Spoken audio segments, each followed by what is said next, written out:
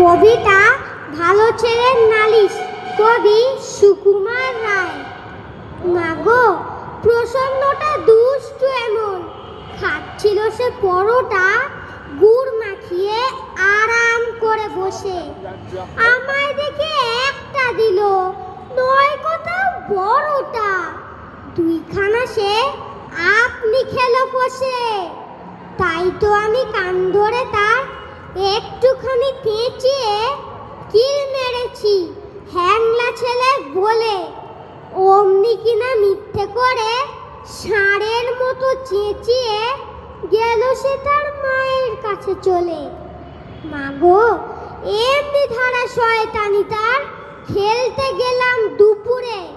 বলল, এখন খেলতে আমার মানা। ঘন্টাখানেক পরেই দেখি দিব্যি ছাতের উপরে ওড়াচ্ছে তার সবুজ ঘুড়িখানা। তাইতে আমি দৌড়ে গিয়ে ঢিল মেরে আর খুঁচিয়ে ঘুড়ির পেটে দিলাম করে ফুটো। আবার দেখো বুক ফুলিয়ে শটান মাথা উঁচিয়ে আনছি কিনে নতুন ঘুড়ি দুটো। নমস্কার।